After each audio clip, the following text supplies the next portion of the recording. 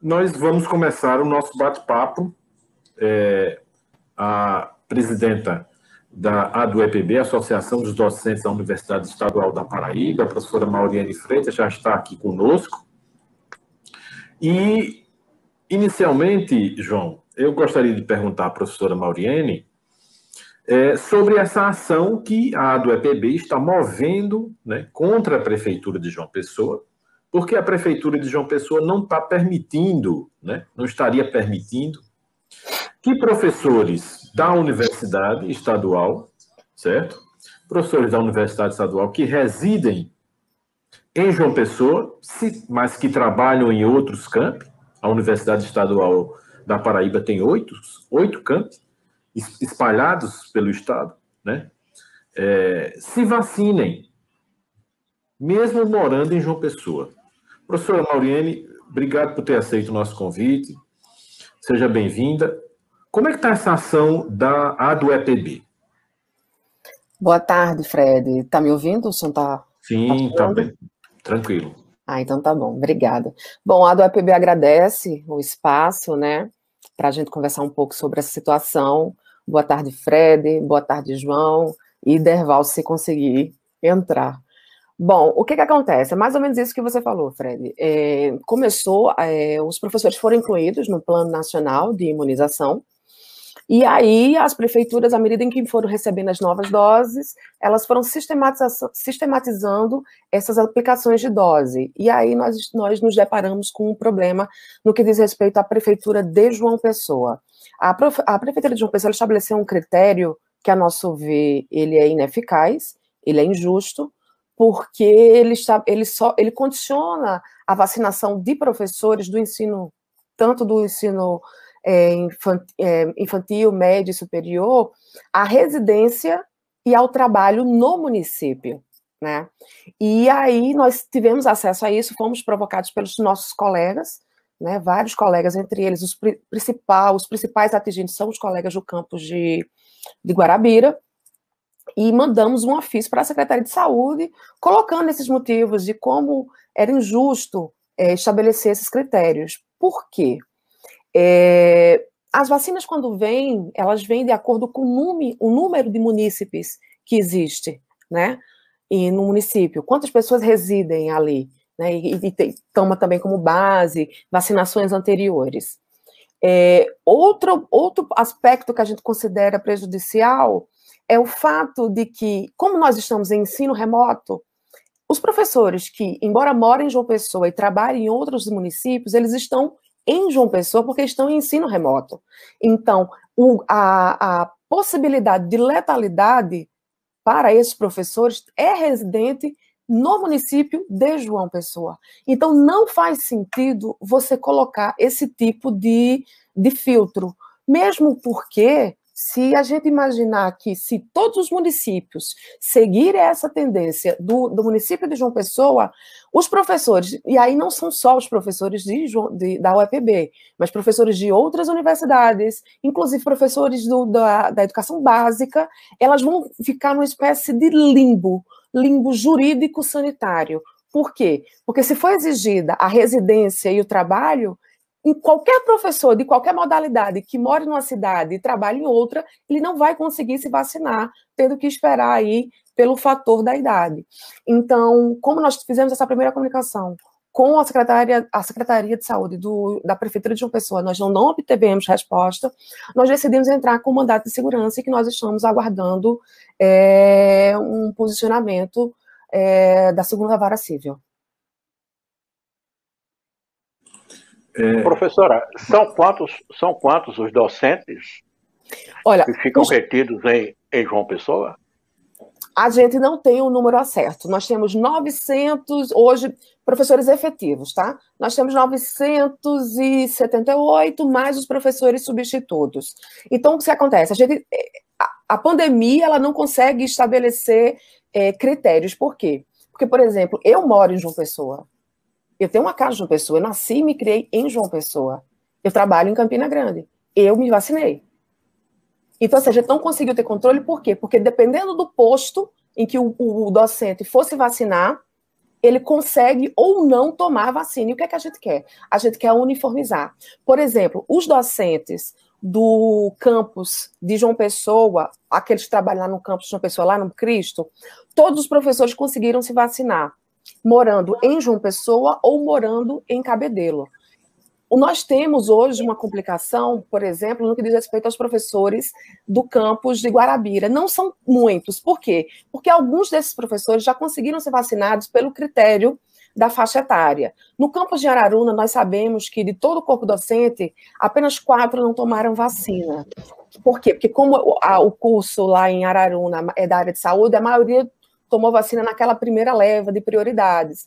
Então, nós temos 4 docentes que ainda não tomaram. Então, 2 moram em João Pessoa, 2 moram em Campina Grande. Então, assim, a gente não tem um número ao certo, mas o fato é que, sendo provocado por nossa categoria, e diante de um sentimento de desamparo, porque é isso que o sindicato acaba funcionando hoje, você não tem amparo das instâncias governamentais, você não sabe a quem procurar, e aí o que é que os docentes fazem? Eles procuram um sindicato, e aí a gente compreende que o sindicato trabalha numa perspectiva de luta coletiva, mas o desamparo é tamanho que nós decidimos dar entrada assim, nesse mandato de segurança, porque se conseguirmos esse mandato de segurança, a gente compreende que não só os docentes que estão na Universidade Estadual da Paraíba serão contemplados, mas como outros profissionais, outros docentes de outros segmentos. Esse mandado de segurança é de ontem? Foi ontem, exatamente. Então estamos no aguardo. Professora Mauriene, saindo agora do campo, né, da vacinação propriamente dita, indo para o campo da educação, né, mas dentro do contexto da pandemia, né? A senhora falou que a maioria esmagadora, vamos dizer assim, dos professores estão trabalhando no sistema remoto, né? E os primeiros números, as primeiras constatações aí, do ponto de vista nacional, é que para o ensino fundamental, o ensino remoto tem sido terrível, tem sido desastroso. Quando resulta em perdas, quando não resulta em perdas muito graves para os alunos, o ensino remoto gera evasão nas escolas. A UEPB, desde o início da pandemia, adotou o ensino remoto. Que consequências já é possível os professores enxergarem, né, com esse ensino remoto dentro da UEPB? São 8 campos com realidades distintas, um camp em João Pessoa, um camp em Campina Grande, mas tem um camp lá em Catolé do Rocha, tem um em Araruna, Monteiro, Guarabira, Patos. O que é possível já ver de resultado concreto desse ensino remoto nessa pandemia na UEPB? Olha, desde o início, nós já da UEPB, nós fomos contra o ensino remoto, a gente sabia desses problemas. Agora, a pandemia acabou se impondo, né? A categoria, embora não concordasse com o ensino remoto, decidiu optar porque era uma espécie de redução de danos. Só que essa redução de danos se mostrou muito mais venenosa do que se imaginava. No que diz respeito à perspectiva do trabalho docente, o professor, ele é exigindo muito mais. A gente não é acostumado a lidar com você e a câmera. Por exemplo, dentro da UEPB existe uma resolução que sequer obriga o aluno a abrir sua câmera. Então, a gente está falando aí, sei lá, 2 horas, a gente não sabe se tem alguém interagindo com você. Você não consegue estabelecer debate. E nós estamos falando de uma perspectiva pedagógica que é centrada em cima do diálogo, né? As pessoas não leem Paulo Freire, elas não compreendem Paulo Freire, mas esse dialogismo é justamente para sair daquele modelo de antigamente que nós tínhamos de educação bancária, e que o professor só vai lá e deposita o conteúdo. E com o ensino remoto, o que é que a gente fez? A gente retroagiu. A gente retroagiu a perspectiva do ensino bancário, porque você dá o conteúdo, você não sabe nem se tem gente logada, você não sabe se o aluno ligou a câmera e saiu, se o aluno sai 7 da manhã, você não sabe nem se ele acordou ainda. Você não sabe como é que funciona, então você não consegue estabelecer diálogo, você não consegue enriquecer o próprio debate sobre os conteúdos. Ela é muito mais dispendiosa para os docentes, porque você tem que gravar a aula, você tem que preparar a aula, e a preparação de aula, a dinâmica da aula, como é só você, ela funciona de outra maneira. Embora você tenha dentro de uma resolução uma maior autonomia para as aulas assíncronas, ou seja, que elas mandam, que é preciso mandar as atividades, mas a figura do professor não dá para ser abolida. E essa carga de aula, mesmo que seja síncrona, ela é muito mais pesada. Nós não fomos formados para dar aula, para ministrar aula nessa modalidade. Então, assim, é extremamente complicado. E aí a gente pode colocar as questões de gênero, né? Somos professores, estamos trabalhando em ensino remoto? Estamos. Mas e as mulheres? E as professoras? Né? Porque ela tem que dar aula às crianças, dependendo da faixa etária e dependendo da opção política de cada docente, as crianças estão em casa. No início, estava todo mundo em casa, algumas escolas particulares abriram, alguns pais estão mandando seus filhos, mas tem outros pais que, conscientes do impacto e da negatividade que pode ter sobre a saúde da família, não mandaram seus filhos para a escola, então essas crianças continuam em casa fazendo ensino remoto. E aí o que acontece? A rotina da casa se mistura com a rotina do trabalho, você não tem mais a esfera pública, você não tem mais a esfera privada, e é uma sobrecarga que aí nós já conhecemos no que está dando. Do ponto de vista da aprendizagem, a gente ainda não consegue quantificar numericamente. Agora, o que a gente percebe? Altos níveis de desistência. Porque nós não somos iguais. Mesmo pensando na realidade do estado da Paraíba, que, se a gente for comparar com a realidade do país, é bem menor, se você for pensar no estado da Paraíba, a realidade dos alunos, por exemplo, que moram nas cidades de João Pessoa e Campina Grande, eu estou colocando de forma bem generalizada, não é a mesma, por exemplo, dos alunos que estão matriculados no campus de Catolé do Rocha, no campus de Araruna. Por quê? Porque você tem zona rural.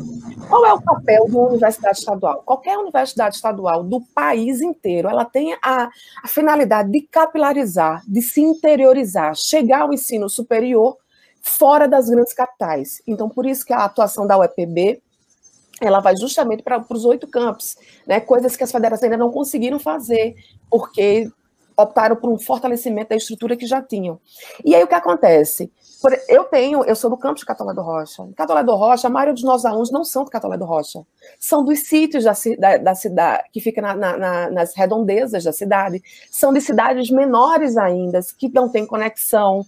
A maioria não tem equipamento adequado para poder fazer a dinâmica das aulas. E mais do que isso, não foi ensinado para eles como é que se estuda. Veja, ele já sai do ensino médio, já existe um choque que é histórico, né? Quando você sai do ensino médio e vai para o ensino superior, né? Que exige muito mais autonomia sua. E aí a gente já tem gerações, já temos entradas de alunos que nós damos aula e que nós não conhecemos, ou seja, nós não conhecemos mais os nossos alunos. Eu tenho vários relatos de vários colegas que dizem, chegam no supermercado, professora, a senhora é minha professora. Qual turma? Tal turma. Por quê? Porque está dando aula para alunos que sequer estão com a câmera aberta, então você não conhece mais os seus alunos, você não olha mais os seus alunos, então você está tendo uma espécie de retirada de humanidade mesmo desse processo que é tão dialético e tão dialógico que é do ensino, entre ensinar e o aprender. Uhum. Professora? Foi não, Deval? Aqui na Universidade Federal da Paraíba, nós enfrentamos problemas idênticos. De fato, é muito difícil a gente ter clareza de quem está efetivamente na aula e quem não está. Porque o fato de se usar microfone fechado e câmera fechada, você não tem essa ideia. O que nós temos tentado realizar são as provocações com perguntas, que é uma maneira de saber se o estudante está presente. Ainda assim, há uma complicação, porque alguns dizem, mas eu tenho um equipamento muito ruim e não é possível fazer essa interação. Eu vou escrever aqui no chat, mas para escrever, para fazer uma argumentação no chat também é complicado. Então, no final das contas, a gente tem essa recepção, né, do que está sendo transmitido, ou tentado transmitir, esse ato, esse vácuo, entre saber o que se está falando, né, e da recepção que está havendo para isso. De fato, eu acho que é um tema que vai suscitar, inclusive, muitos trabalhos acadêmicos sobre a questão. Há desníveis, independente de ser em João Pessoa ou no campo, há desníveis, e não por uma questão de cobertura de rede de internet, mas há desníveis de equipamento a ser utilizado para acessar as aulas. É muito diferente uma pessoa que tem um celular pequeno, limitado, e uma pessoa que tem um computador potente em cima de uma mesa. E nós temos essa realidade, ou seja, esse distanciamento social, ele acontece também e fica muito evidente nas aulas remotas, né? Nas aulas de caráter remoto. Então, é uma solução que a gente não tem como resolver, mas, ao mesmo tempo, é um aprendizado que nós não vamos poder deixar de fazer incursões, porque, entenda, nós já tínhamos um percentual de 25% possível de aula não presencial possível, ou seja, né, esse percentual foi ampliado, ou está sendo tentado ampliar, para 40%. E a realidade da pandemia nos impulsionou para 100%. Né? É claro que um retorno, quando um dia, quem sabe, a vacina chegar, nós voltaremos às aulas presenciais. Mas eu acho que a universidade deveria buscar, as universidades, de maneira geral, buscar compreender e trabalhar a questão das aulas remotas, porque isso é uma condição que não tem volta. Como é que está essa discussão na Universidade Estadual da Paraíba? Ou seja, existe uma discussão de se tornar parcialmente, quando eu falo parcialmente, eu não sei qual o percentual que vocês adotam aí. Aqui adotávamos 25%, já estamos por volta de 40% e podemos ampliar ainda mais. Das aulas remotas. Existe algum estudo, existe alguma incursão nesse sentido na UEPB?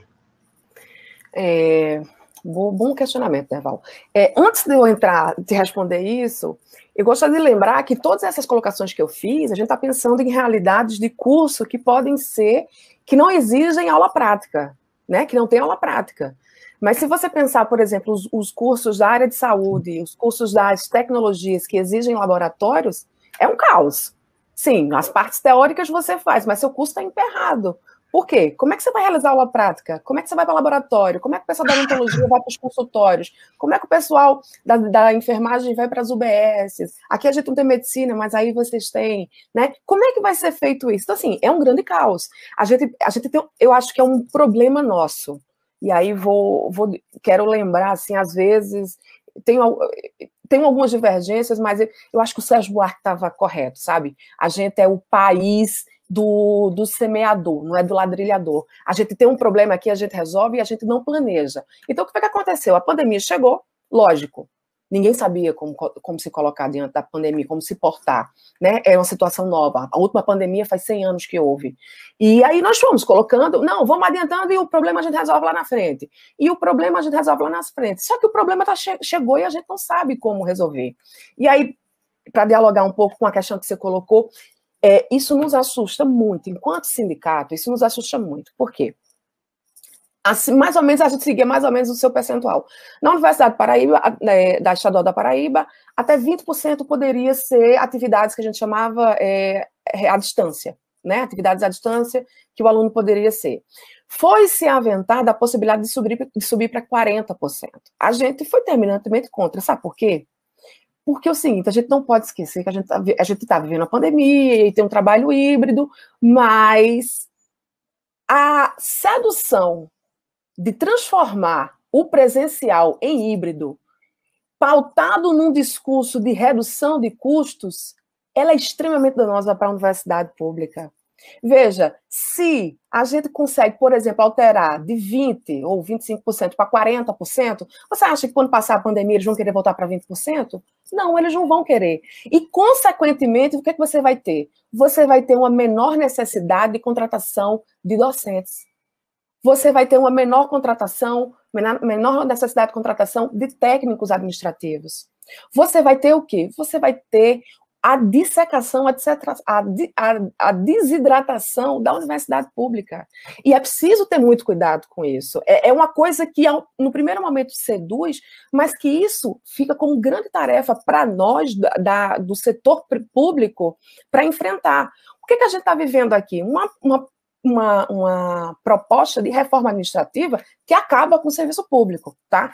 Professor não tem mais estabilidade. Eles vão a proposta é criar carreiras, e carreiras quais são, tá? É polícia, é magistratura, professor não tem lugar nesse espaço, não. E aí, o que vai acontecer? Você não tem estabilidade e você vai contratando. Então, você sabe, se você não tem estabilidade no seu trabalho, a gente da docência, a gente não tem tempo para desenvolver projeto de pesquisa, a gente não tem tempo para desenvolver projeto de extensão. Então, a nossa estabilidade ela é essencial, mesmo diante do baixo número que nós temos de matrícula. Hoje, apenas 12% das matrículas do ensino superior estão nas universidades públicas. Mesmo assim, apenas com 12% das matrículas, nós estamos nas primeiras colocações. Então, o que nós temos uma tarefa para pós-pandemia, que é não permitir esse hibridismo dentro da educação superior. E sabe por quê? Porque nós temos uma diferença, mas a gente concorda, a diferença aqui vai ser de quê? É de classe social. Quem tem o melhor equipamento tem as melhores condições de se desempenhar. Eu posso relatar para você vários e vários colegas que disseram que se depararam com situações chocantes. Por exemplo, professora, eu não vou poder mandar atividade, o meu pai morreu ontem. Percebe como isso é esvaziado de humanidade e como isso é contra tudo que nós queremos de projeto de mundo? A gente não vai conhecer os nossos alunos, a gente não vai poder trabalhar os nossos alunos, eles não vão ter a vivência, inclusive, da pluralidade que existe dentro da universidade pública, né? Então, assim, existe, sim, sempre existe. As pessoas costumam achar que a universidade, ela é o grande reduto, o grande oásis do pensamento progressista. Não é, não. Dentro dessa linha de progressismo, nós temos vários tipos de progressismo. E dentre elas, que acha normal, por exemplo, a participação privada dentro da universidade pública, que para nós é um tipo de privatização. Não é aquela privatização clássica, que você pegava a estatal, ia para o leilão e vendia, mas você se intromete, você modifica completamente a estrutura e a universidade pública acaba por dar resposta para o setor privado. Então, o ensino híbrido, ele não nos serve. Eu falo para você com maior tranquilidade, enquanto presidente da UEPB, a gente já vem conversando internamente sobre isso. É uma discussão que está muito latente dentro do Antissindicato Nacional. Semana passada, eu estava numa reunião, foram quase 12 horas de reunião online com sessões sindicais do país inteiro, de universidades públicas, discutindo isso. Por quê? Porque a sedução do ensino híbrido se coloca. Ora, imagine, por exemplo, no nosso caso, nós temos, a UEPB tem 8 campi. Eu moro em João Pessoa, trabalho em Catolé do Rocha. Nossa, começa assim, não, em vez de fazer uma reunião presencial do departamento, vamos fazer online, porque todo mundo participa. Começa assim. Depois, então, sabe aquele curso de extensão? Vamos botar online, porque todo mundo participa. E aí você vai esvaziando de tudo aquilo que faz singular a universidade pública. Então, assim, tem dentro da universidade, tem um projeto para aumentar isso? Tem, e que é encampado pela própria pró-reitoria de graduação, e que a gente vai em cima. E para isso, o que é que a gente faz? A gente está estimulando o debate na nossa própria base, que nós criamos, nós não tínhamos aqui na do UEPB, e criamos o que a gente chama o GTPE, que é o Grupo de Discussão de Políticas Educacionais, que já existe no ANSI, que existe dentro das seções sindicais. Esse GTPE ele foi fundamental na hora, por exemplo, de fazer o embate contra o ensino remoto. Nós perdemos? Perdemos. Mas a categoria ficou sabendo do que estava por vir. E hoje, enquanto sindicato, elas reconhecem, de fato, a do EPB estava correta. Então, assim, nós fizemos a política correta, mas democracia é democracia. Democracia não é quando a minha vontade é feita, é quando a vontade da maioria é feita. E os professores optaram por isso. E agora a gente está tendo que lidar com todos esses problemas. Professora, um aspecto, o calendário de 2020, os semestres, eles foram concluídos de forma satisfatória ou faz de conta? Veja, João, tem um calendário que está fechando agora, essa semana. Inclusive, nós estamos na última semana para colocar notas finais, lançar caderneta, aquela coisa toda. Existe quando a gente pensa em ensino remoto, a gente não pode pensar na transposição automática do ensino presencial para o ensino remoto. Ele não funciona assim, porque é outra forma de se ministrar a aula. Então, você tem, por exemplo, para uma hora síncrona, ou seja, uma aula tete-a-tete com o aluno e 2 horas à distância, ou seja, você pode gravar, você pode deixar atividade, você pode fazer uma série de coisas. Então, as aulas síncronas, elas foram reduzidas. Isso não quer dizer que o trabalho foi reduzido, pelo contrário, ele foi muito mais aumentado. E aí nós temos, nesse problema, além de tudo isso, nós temos um problema aí intrageracional, porque nem todos os nossos colegas conseguiram fazer essa transposição. No que diz respeito ao calendário, ele está sendo concluído. Aí ele vai ser, pelo menos na UEPB, ele está sendo concluído agora. Nós vamos ter uma pausa de 15 dias agora em junho, e agora, início de julho, nós voltamos. Ele está mais reduzido, porque você tem menos aulas síncronas, mas do ponto de vista da computação das horas, ele dá a resposta. Agora, a gente ainda, como eu falei no início, a gente ainda não consegue mensurar se essa modalidade ela é efetiva para a formação que a gente espera de universidade pública. A gente não tem ainda como se isso vai ser positivo ou não para nós. Professora, qual tem sido a relação? A senhora fala da relação do corpo docente com a reitoria. Qual tem sido a relação da universidade com a Secretaria de Educação? Porque os senhores estão pagando pelos seus equipamentos, né? Tem esse viés aí. O governo sinaliza com o quê? Do ponto de vista de socorrer o alunado, como a senhora se refere, lá do interior, lá da roça, suprir com equipamentos, né? O governo geralmente faz onda distribuindo bicicletas com os meninos do ensino fundamental e médio, mas no ensino superior precisa de plataformas tecnológicas que são caras. Olha só, João, a gente tem um problema, por quê? Porque, do ponto de vista jurídico, a UEPB é uma autarquia. Então, ela, em teoria, ela tem autonomia econômica, administrativa e pedagógica. Só que os recursos que nós recebemos, ele vem da onde? Vem do governo estadual. E aí, a UEPB, eu acho que todo mundo lembra, desde 2011, sobretudo dos governos de Ricardo Coutinho, a gente veio numa dissecação do orçamento da Universidade Estadual da Paraíba. Na prática, o que esse dissecamento desse orçamento fez? Em 2015, nós tínhamos 22 mil alunos. Hoje, a Universidade Estadual da Paraíba tem apenas 16 mil alunos. De uma universidade, e que 50% de suas vagas são para alunos de escola pública. Ou seja, esses alunos que ficaram de fora, eles têm classe, eles têm cor, eles têm um local de fala. Então, são filhos e filhas de trabalhadores que ficaram de fora. Nessa onda de redução de orçamento, a universidade, hoje, ela tem R$0 na rubrica de construção. Construção quer dizer reforma, construção mesmo de prédios, tudo isso. A gente não tem recurso. Quem constrói é o governo do Estado. Então, na teoria, nós temos autonomia, mas na prática não funciona assim.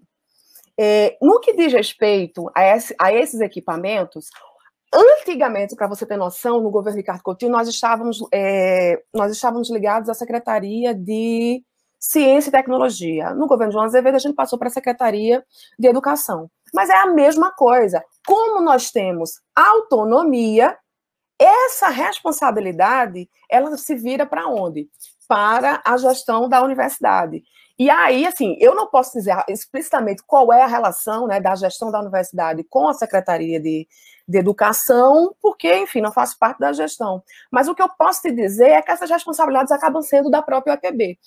Dentro aqui da universidade mesmo, acho que no reitorado passado, eles abriram um edital, que a gente avalia que seja muito pouco, mas ainda assim foi um edital muito maior do que a gente viu na Universidade Federal da Paraíba, Universidade Federal de Campina Grande, e que eles davam uma cota, sei lá, de R$1.000 para quem solicitasse.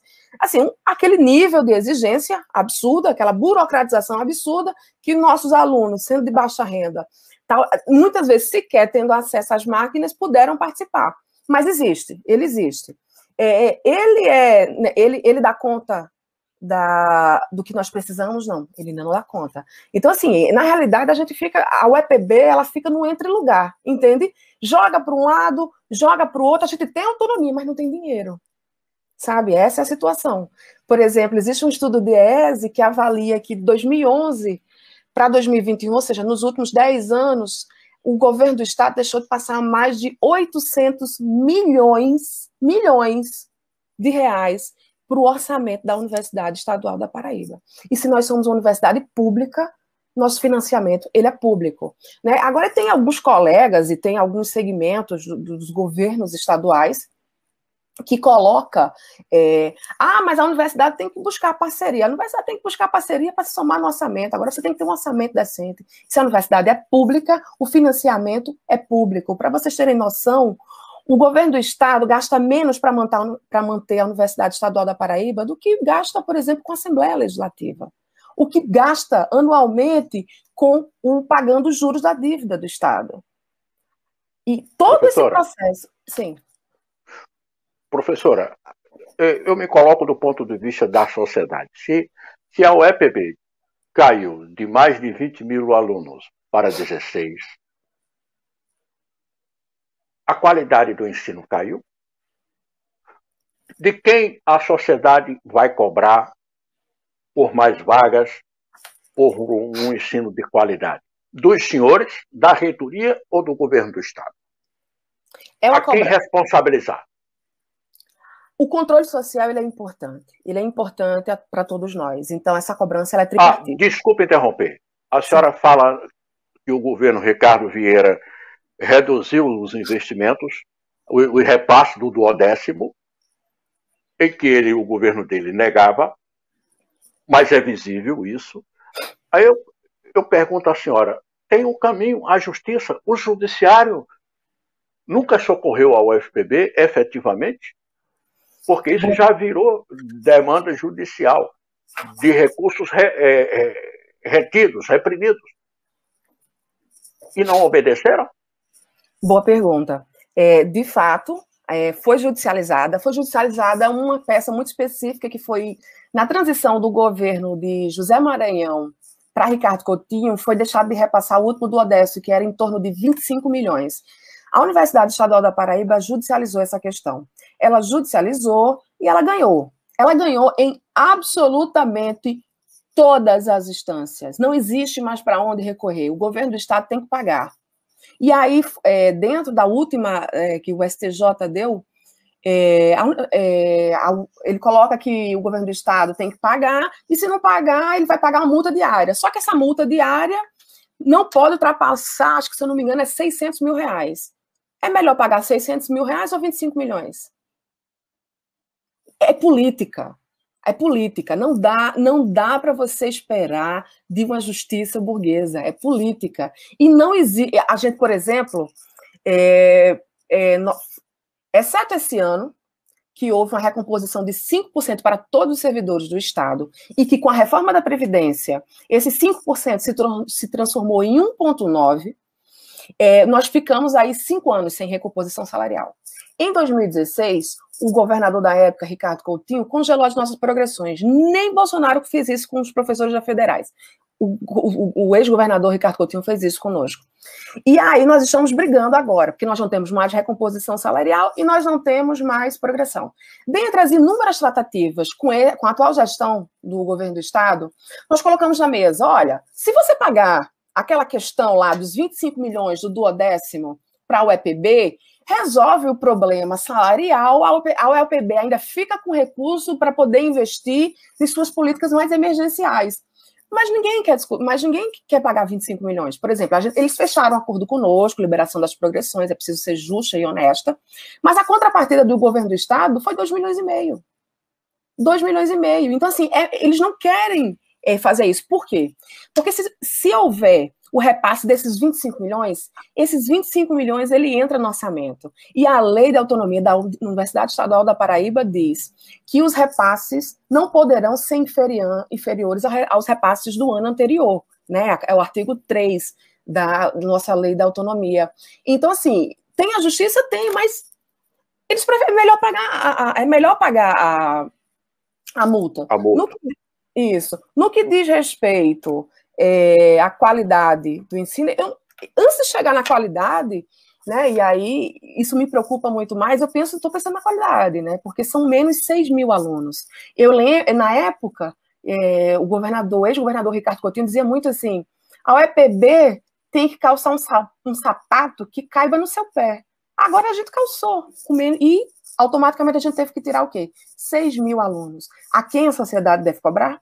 Aos governos estaduais. Tem que fazer pressão sobre a reitoria e tem que fazer pressão junto, de forma mais ampla e geral, a todos os segmentos da sociedade que funcionem como órgãos de controle. A gente está vivendo um momento em que a população está passiva, não. A própria população é um órgão e um mecanismo de controle social. E é isso que ela deve fazer. Então, o que é que nós queremos? Nós queremos mais, de volta às 6 mil vagas dos alunos? Queremos. Para que precisa? Precisa de investimento. É isso que precisa, né? E, para finalizar essa minha fala, é preciso lembrar que nesse período que a universidade perdeu 6 mil alunos, sob o discurso da crise, o ex-governador publicamente colocava que a UEPB tinha que reduzir porque o Estado estava em crise, o que não era verdade, porque nós temos dados tanto do DIEESE quanto do próprio fisco, e que houve um crescimento da arrecadação em mais de 95%. Então, assim, é uma escolha política se investir em educação. Todo mundo fala que a educação é a saída, mas na hora de destinar dinheiro, na hora de destinar o fundo público, na hora de destinar respeito e condições de trabalho decentes para os professores, todo mundo sabe apedrejar a categoria docente. O ex-governador Ricardo Vieira dizia que os repasses eles não se revertiam em benefício dos alunos e do ensino. Ficava para uso político de reitores, das administrações, das benesses, do corporativismo dos senhores docentes. Até onde isso era verdade, até onde isso era uma política falsa. Eu já ouvi rumores de que tem estudos futuros que esse sucateamento tem um destino certo, a privatização. Tem isso ou não?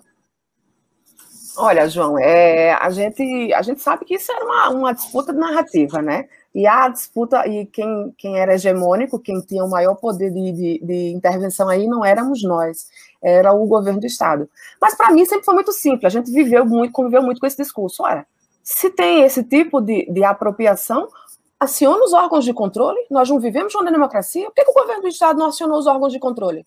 E ficou nessa queda de braço, que na realidade tudo isso era para encobrir uma disputa política entre o ex-governador e ex-dirigentes da universidade. E que entre essa disputa, entre essas duas forças, no meio ficou os docentes, ficou os técnicos administrativos e ficou os alunos. Porque, João, foram 5 anos sem recomposição salarial. Nós ainda estamos com as progressões congeladas. Nós temos progressão dentro ainda do interstício congelado. Então, assim, se era em favor, né, de um corporativismo, ora, você tinha os recursos, você tinha os mecanismos legais para fazer isso. Não é, João. Ou não é. Sabe por quê? Prática vale mais que discurso. O que foi que o governo do Estado fez com a educação básica? Privatizou, botou um OS. Até hoje, quem cuida da educação básica do Estado da Paraíba é uma organização social. O que foi que ela fez com a Universidade Estadual da Paraíba, que era também a responsabilidade dela de financiamento? Foi reduzindo o duodécimo. Então, assim, foi um projeto, uma opção política para a educação. Quem não lembra aqui, por exemplo, das inúmeras matérias, o governo do Estado fechou mais de 200 escolas públicas. Aí você quer jogar sobre nós a suspeição de aproveitamento, enquanto o ex-governo veio sistematicamente fazendo esse tipo de coisa? E não me parece justo, João. Sobretudo com os professores, porque é o seguinte, a gente vive de salário. As pessoas acham que, porque nós somos professores universitários, nós somos ricos, nós não somos. Se nós formos demitidos hoje, amanhã a gente não tem com o que comer. A maioria de nós não tem com o que comer, depende desse salário. Nós somos trabalhadores, João.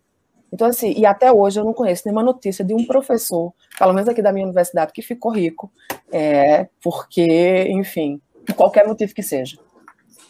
Professora, a senhora está colocando, enfim, duas questões aí. O corte das progressões de carreira e outro, a questão da defasagem salarial. Outro ponto que a senhora colocou é a questão da redução do orçamento da UEPB. E eu lhe pergunto, é atrativo hoje ser professor da UEPB? É atrativo? Porque reis-reitores diziam que, publicamente, que o salário dos professores da UEPB, né, era melhor até que o salário dos professores das universidades federais. Hoje, ser professor da UEPB é algo atrativo para os docentes? Do ponto de vista financeiro, não. Essas vantagens elas foram perdidas e foram diluídas. Porque, por exemplo, hoje nossa recomposição salarial está se aproximando de 40% de perdas salariais que nós tivemos nesse período, né, específico. Então, do ponto de vista financeiro, não. Do ponto de vista da estrutura, também não. Por quê? Porque como nossos salários agora estão equiparados, o que é que os colegas estão pensando? A gente tem casos aqui na universidade de professores que fizeram concurso para a Universidade Federal. Por quê? Porque se vai ganhar a mesma coisa, pelo menos eu tenho estrutura de trabalho. Porque aqui a gente não conseguiu consolidar a estrutura de trabalho. Você tem campos, sobretudo os campos fora de sede, que sequer tem sede própria. Você tem dentro da universidade hoje briga por espaço físico. Quando eu faço espaço físico, é o quê? De ter um espaço para você sentar, chegar com o seu orientando, com o seu aluno e dar uma orientação. De você poder fazer uma reunião com o seu grupo de extensão, com o seu grupo de pesquisa. De você ter espaço para ter o seu laboratório que você não tem, né? Então, a briga hoje que você tem concretamente é por espaço público. A gente precisa de parede na universidade. A gente precisa de recurso para financiar, e mais do que isso. Porque eu acho que a gente não pode pensar o financiamento da universidade pública pensando apenas na lógica do professor, mas a gente tem que pensar na lógica do discente.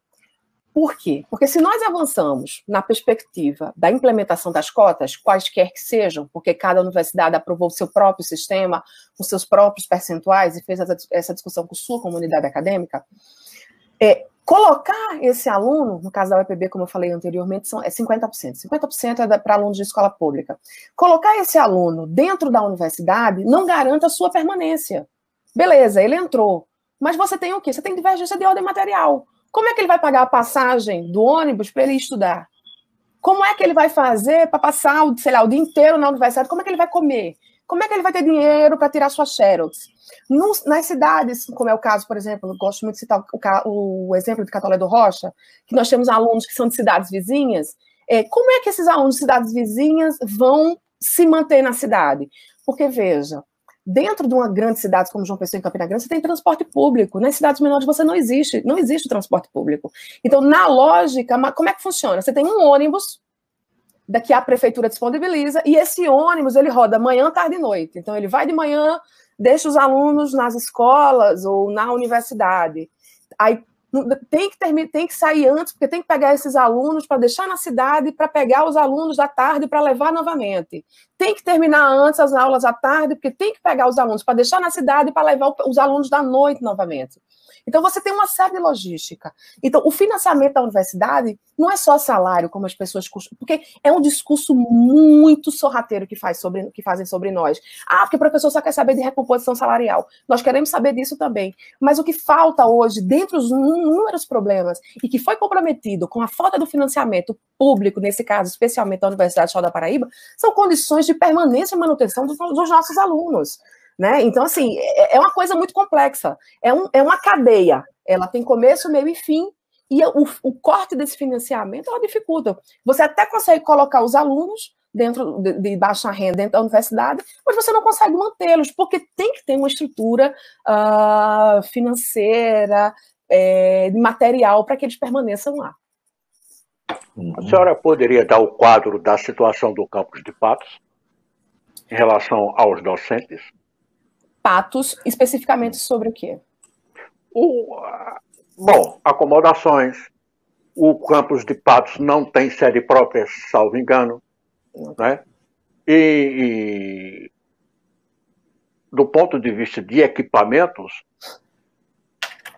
é deficitário ainda ou não? Todos os campos da Universidade Estadual da Paraíba requerem maior infraestrutura. Patos, como você bem falou, ele funciona numa escola. Então, tudo é puxadinho, é adaptado, sabe? Então, assim, foi, inclusive, acho que há 3 ou 4 anos atrás, a comunidade queria reaver a escola, foi feita uma discussão muito grande, conseguiram um termo de sessão por mais de 10 anos. São termos de sessões que eles vão se renovando quando vai expirando o momento. Então, no caso de Patos, assim, a situação de Patos, eu posso dizer que é a mesma situação, por exemplo... Aliás, só tem um campus que é estruturado da UEPB, completamente estruturado, que é o campus de Araruna, porque ele foi feito para aquilo. Araruna é o campus que nós gostaríamos de trabalhar do ponto de vista da ordem de infraestrutura. Então, Catolé do Rocha, o campus é próprio, mas falta sala de aula, falta equipamento. O campus de João Pessoa acho que vocês acompanharam, houve uma grande briga em João Pessoa, porque ele funcionava lá na escola Gelen Jurrego. Né? Não foi concluído ainda o campus de João Pessoa? Aí o que acontece? Com a movimentação muito grande da comunidade acadêmica, do campus de João Pessoa, eles conseguiram a construção de um bloco de sala de aula. Mas antes disso, tiveram que fazer a desapropriação, ou seja, os alunos da escola da Gelen Jurrego foram para a escola vizinha, acho que é a escola Orlando, ou foram redistribuídos. E aquele espaço ficou para a Universidade Estadual da Paraíba. A sala de aula está conclusa, mas ela não foi inaugurada, porque, enfim, quando terminou, entrou a pandemia, aquela coisa toda. Aquilo é o suficiente? Não, porque aquilo resolve o problema de sala de aula. A estrutura que é antiga, que já existe, ela precisa se adequar e se reformar para poder se adequar aos laboratórios.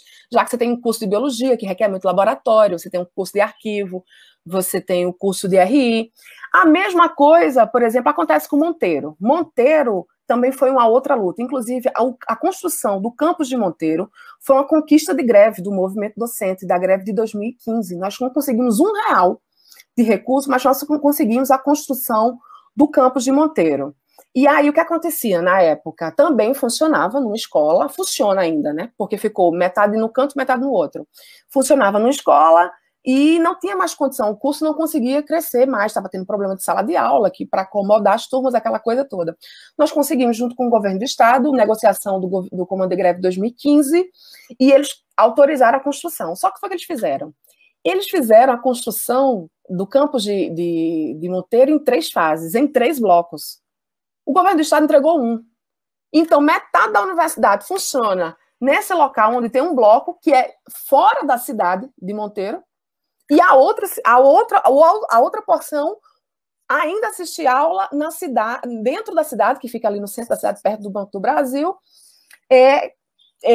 dentro. Então, assim, está localizado. O professor, dependendo da forma, se eu for um professor que tem que ministrar aula em 2 cursos, ele tem que sair de um canto para ir para outro. Tudo bem, é na mesma cidade? Mas foram só construções de sala de aula. E tem uma outra coisa. O que a gente percebeu lá na construção, por exemplo, do bloco de Monteiro, é que foram feitos tal qual a estrutura das escolas de tempo integral. A necessidade de uma escola é uma coisa, a necessidade de uma universidade, de infraestrutura, é outra. Então, assim, você entra assim lá no bloco do campus de Monteiro, salas, por exemplo, salas que foram precisas, depois que foi entregue o bloco, dividem em duas. Quando você entra, tem um espaço, um bloco novo que não tem espaço para colocar biblioteca. Como é que você, gente, da área de humanidades, por exemplo, vai ter um centro que não tem uma biblioteca dentro, já que a gente tem uma carência nos municípios de bibliotecas públicas. Então, assim, é muita inconformidade. Então, assim, a situação do campus de Patos não tem sede? Não tem sede. Monteiro está com a sede, está com 1/3 da sede construída. A SEAC, que é aqui em Campina Grande, que é aquele monumento, ele também não tem condição. Por quê? Porque aquilo só acomodou sala de aula. E uma universidade não é só sala de aula. Uma universidade é ensino, pesquisa e extensão. Se você conversar com qualquer professor, ele vai dizer, não tem espaço. Eu quero desenvolver uma série de trabalhos, mas não tem espaço, falta infraestrutura. E falta infraestrutura por quê? A rubrica de hoje que o governo do estado manda para a Universidade Estadual da Paraíba é de R$0. O quadro docente chega a 90% ou 100% com doutorado? O último dado que eu vi, o último balanço que eu vi, ele estava em 64%, e se aproximava ali perto de 70%. Mas isso é muito ou é pouco? Olha, para ser uma universidade ponta, é mais de 85%. Muito mais de 85%. Mas antes de falar disso, eu quero falar de uma outra coisa também que dialoga com isso. Desse percentual de professores hoje da Universidade Estadual da Paraíba, estamos chegando hoje na faixa de 40% de professores substitutos. Professores substitutos não pode fazer extensão, não pode fazer pesquisa. Por que professores substitutos? Porque se não tem recurso para fazer concurso, para contratar o salário de um professor efetivo, a universidade vai colocando o quê? Professores substitutos. E aí, o que é que nós temos com isso? Nós temos um comprometimento. Nós temos um comprometimento da própria universidade. E a gente viveu um momento muito específico, né? Com a reforma da Previdência, a gente teve, assim, quem já tinha tempo para se aposentar, que já tinha as condições necessárias para se aposentar, todo mundo se aposentou. Por quê? Com medo que houvesse uma perda de direitos. Então, o pessoal se aposentou. A gente teve muito falecimento com a pandemia. Nós tivemos desde o início da pandemia, nós perdemos mais de 8 docentes, por motivos diversos, Covid, suicídio, ataque cardíaco, o que quer que seja. Nós estamos tendo um processo aquela Universidade Estadual da Paraíba, em que se colocava como uma grande vitrine, ela está sendo paulatinamente desidratada, desintegrada. Então, assim, o corpo docente hoje de professores efetivos é em torno de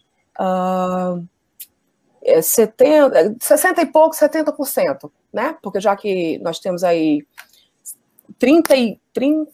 acho que 38% da última vez que eu olhei, aliás, 60 e poucos por cento de efetivo, porque quase 40% são de professores substitutos. Então, assim, e outra coisa, e aí vou dialogar com o que Fred colocou, aquela grande vitrine de que nós éramos um local para se vir fazer concurso, ela não existe mais. Por quê? Porque no governo Coutinho foi congelada as progressões, que era um mecanismo que garantia o quê? Essa progressão. Então, eu vou dar um exemplo concreto, tá? Eu tenho vários colegas que terminaram o doutorado, vários. E, por causa desse congelamento dessa lei, que foi de 2016, passaram mais de 2 anos para poder receber como doutor. Inclusive, nós temos um diretor nosso. Ele terminou o doutorado, a universidade sabia que ele era doutor, mas ele não era remunerado como doutor. Então, mesmo tendo a possibilidade de fazer o doutorado e se especializar e fazer tudo isso, nós temos uma série de impedimentos. Por quê? Porque como não tem concurso público, não tem recurso, como é que você vai pegar um professor nosso para liberar, para ele passar 4 anos para fazer doutorado, e quem é que vai dar aula no lugar dele? Então, isso está reduzido, as possibilidades, né? E não só isso, a configuração da docência, ela mudou. Então, por exemplo, nos últimos 20 anos, a gente sabe que houve um investimento maciço no ensino superior, notadamente nas pós-graduações. Então, hoje, é muito comum você já ter, em diversas áreas, professores já completamente formados. Quando eu digo completamente formados, é graduação, mestrado, doutorado. Então, hoje, você já tem concurso para doutor. Mas aí, o que acontece? Se você não tem recurso na universidade, como é que a universidade vai abrir concurso para doutor? Porque com um salário de doutor, você paga 3 substitutos. Então, assim, tudo é o financiamento da própria universidade. E aí, o que a gente está vivendo? A gente está vivendo um momento de quê? De destruição de serviços públicos. Todas as reformas que passaram, começando, aliás, não vou nem começar pelas reformas, vou começando pela PEC, do teto dos gastos, que congelou, né, os investimentos em educação, saúde, infraestrutura, planejamento por 20 anos. A partir daí, foi tudo um efeito cascata. Então, você tem um desmonte porque você não tem mais recurso para investir em educação. Você tem a reforma trabalhista que atacou os trabalhadores majoritariamente do setor privado, mas que são conquistas históricas, né, do Estado Democrático de Direito. A Constituição de 88 não era a que gostaríamos, mas era a melhor que nós tínhamos, né? É o que nós tínhamos, é muito melhor do que nós temos hoje. Aí você tem reforma da Previdência, que também é uma garantia que foi feito lá nesse processo de redemocratização, né, do Brasil. Você tem... E agora você tem a reforma administrativa, que é para uma pá de cal, para acabar. É um governo neoliberal, é um governo que, para quem está gerindo, né, para quem está nos altos cargos desse governo, é um governo que não é para financiar coisa pública, mas é para financiar coisa privada. Por quê? Porque eles estão fazendo todas essas reformas, dizendo que é para economizar. Mas economizar para quê? Ninguém se pergunta. Para que é para economizar? Para pagar os juros da dívida. O Brasil gasta mais de 40% do seu PIB hoje pagando os juros da dívida, pagando o banqueiro. A reforma da Previdência ganhou o debate na população porque dizia que era para economizar porque ia atingir altos salários. Mentira! Acabou com a vida de todo mundo, que a média de salário, não atingiu os altos salários e prejudicou a vida de quem ganha menos. Sim, e essa economia foi para onde? Primeiro, não existia economia. Nunca houve uma economia. Essa economia, né, o que quer que sobra de margem, vai para onde? Vai para pagar os juros da dívida, para pagar para pagar banco. Quer dizer, é um Estado que pune a sua população e que alimenta um sistema especulativo que, preste atenção, eu acho que vai ter uma hora que esse negócio vai colapsar. Porque se nós tínhamos antes um capitalismo que era focado na produção industrial, pelo menos ela produzia alguma coisa. O capitalismo especulativo, é factoide. Ele não produz nada, é um capital improdutivo com base na especulação. A propósito, o que Ricardo Vieira tirou da UFPB, João Azevedo repôs? Não. Mauriene, só um momentinho, aproveitando aqui, Derval, você queria fazer uma pergunta e engatilha também essa pergunta para a professora Mauriene? Teu microfone está fechado, Derval.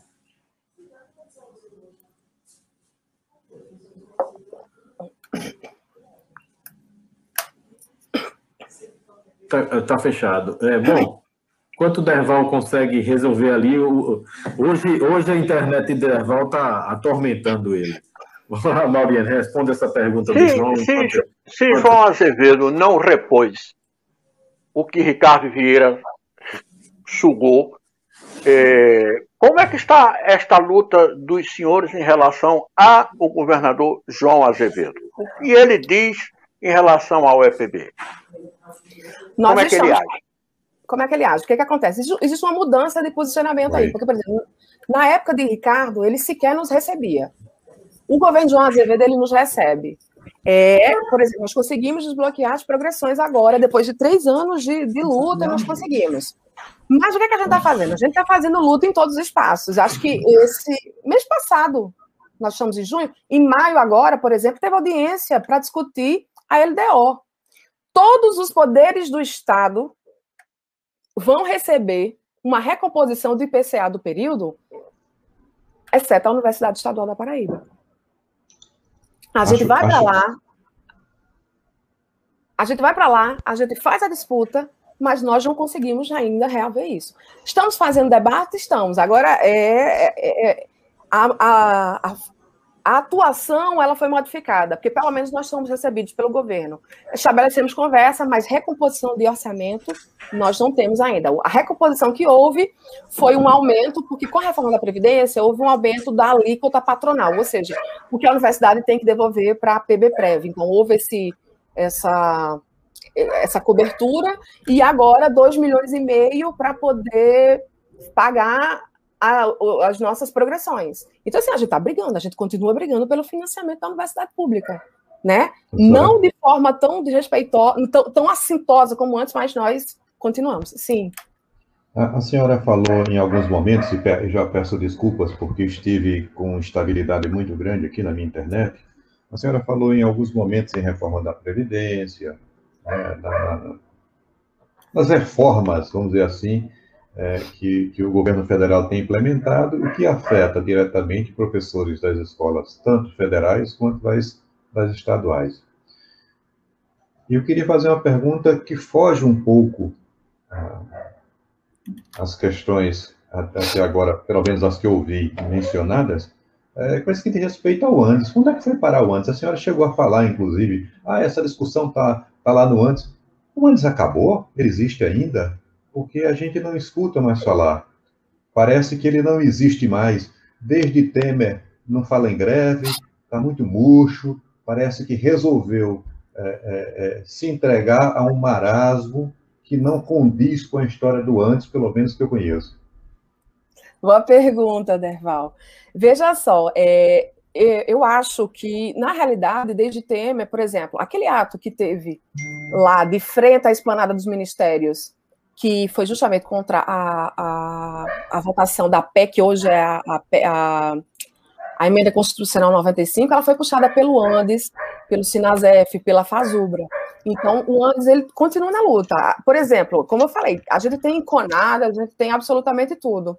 Talvez tem que aí ver como é que está a relação da sua seção sindical com o Andes.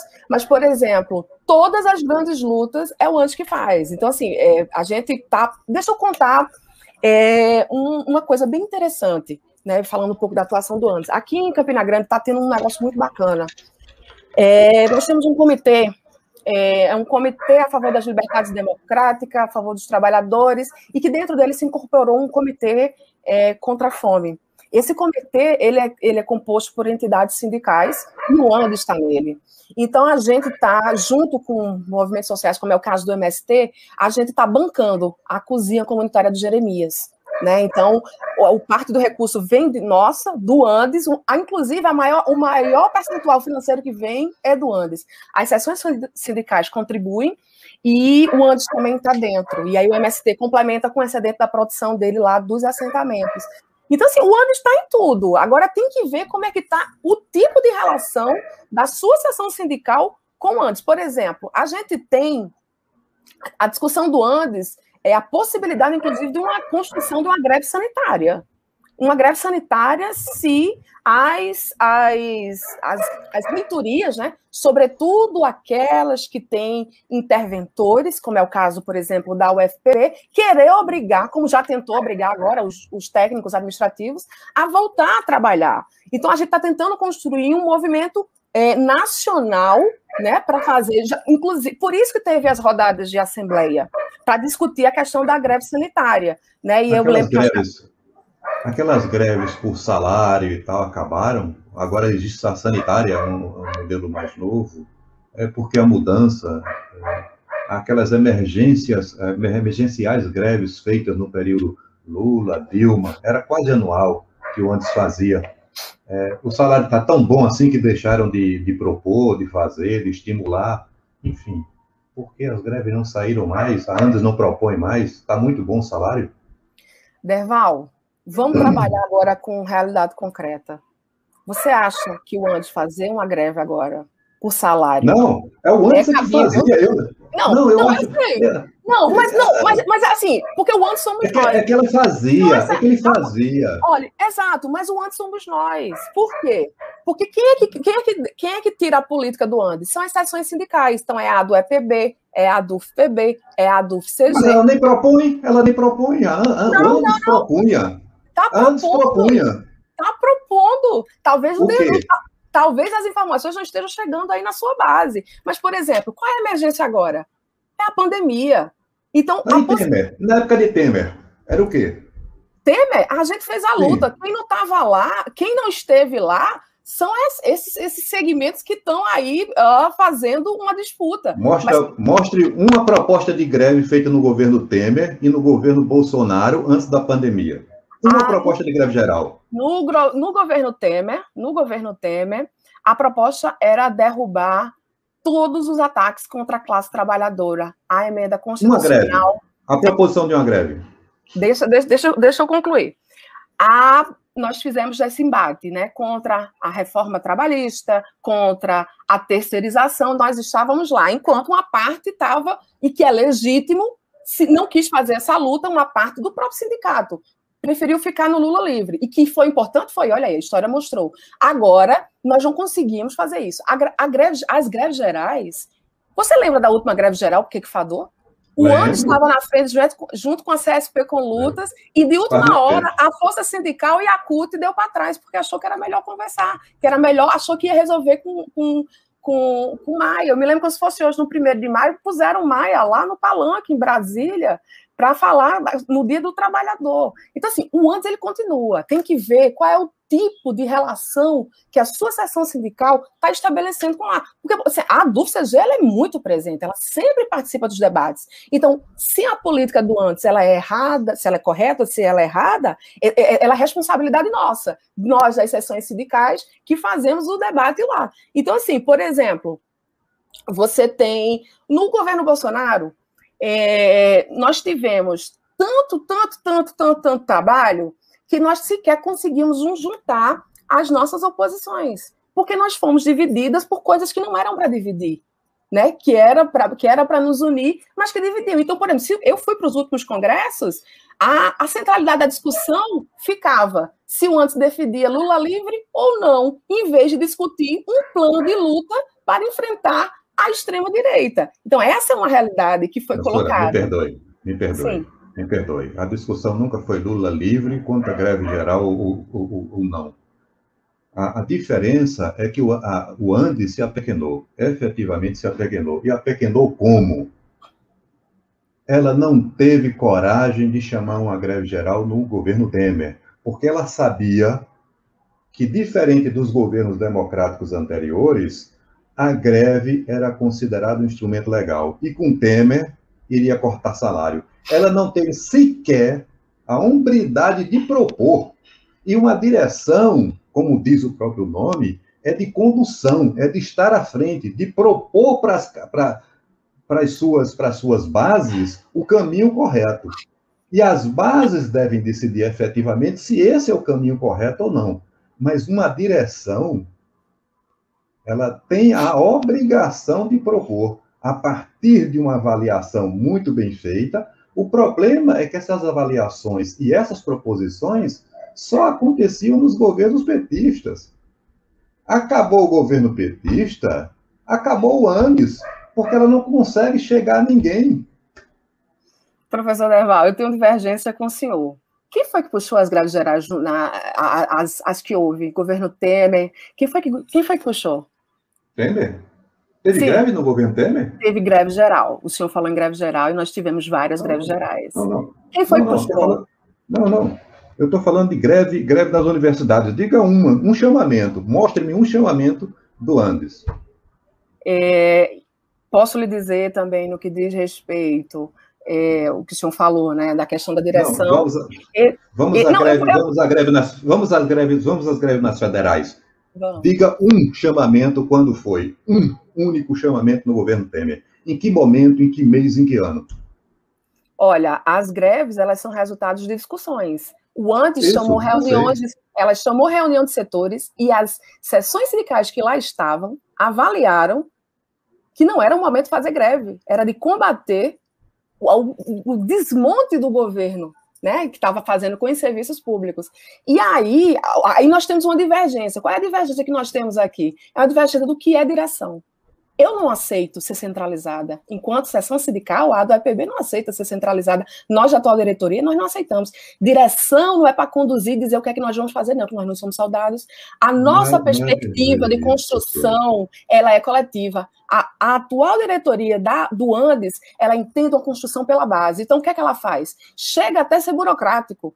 Acho que de 20 em 20 dias a gente tem reunião, a gente tem isso, tem aquilo outro, para saber quais são as questões que estão latentes nas sessões sindicais, sejam elas federais, estaduais e municipais, para a gente puxar uma pauta coletiva, né? Então, nesse sentido, o Andes continua. Professora, não se faz uma reunião com sem pauta, não. Primeiro a gente tem que pautar. E o que se pauta? Greve ou não geral. Isso não é ser centralizador. Isso é ser... Porque, inclusive, é o papel da direção que está acompanhando de perto, saber o momento correto de dizer, olha, vamos ou não vamos. Isso não é ser centralizadora. Agora, o Andes quer transferir uma responsabilidade de nulidade na condução de greves a partir do governo Temer para as coitadas das seções sindicais. Sinceramente, sempre foi feito assim, inclusive com esse mesmo grupo que está dominando a Andes. E, realmente, isso não tem sido feito nos últimos anos. E não tem sido feito nos últimos anos porque o Andes se apequenou, se fechou e praticamente é inexistente hoje para a maioria dos professores das universidades federais. Não sei para as estaduais, talvez seja melhor para as estaduais. E para as particulares. Para as federais, seguramente não. Deval, o Andes não tem universidade privada dentro do Andes, não faz parte da constituição dela. E aí, pensando nisso, é o seguinte, agora, de ordem prática, Deval, vamos lá.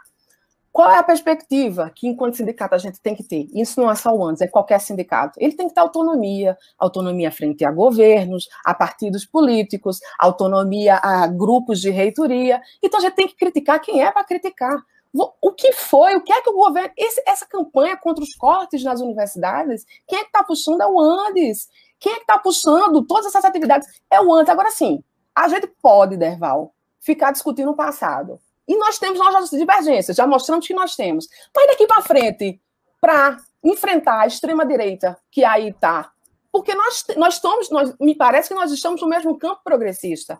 E aí, a gente vai ficar remoendo o passado ou a gente vai juntar, fazer a unidade na luta e procurar uma saída para isso? O Andes continua onde sempre esteve, na rua, na luta. E se você perguntar a qualquer professor da Universidade Estadual da Paraíba, ele vai dizer, não, eu conheço o Andes, eu vejo as lutas do Andes, a gente recebe material do Andes, a gente participa das lives do Andes, a gente faz todas as lutas. Agora, lógico, nós temos uma divergência aqui, que é uma divergência que existe dentro do próprio sindicato. O que está posto aqui é um debate que existe para quem está de fora. Dentro do debate do Andes é o que está colocando, são as duas forças que disputam, né? Então, beleza, estamos aqui. Agora, o que é que nós temos de concreto? Nós temos, independente da força que a gente compõe, a gente tem um ataque ao financiamento das universidades públicas, seja ela federal, estadual ou municipal.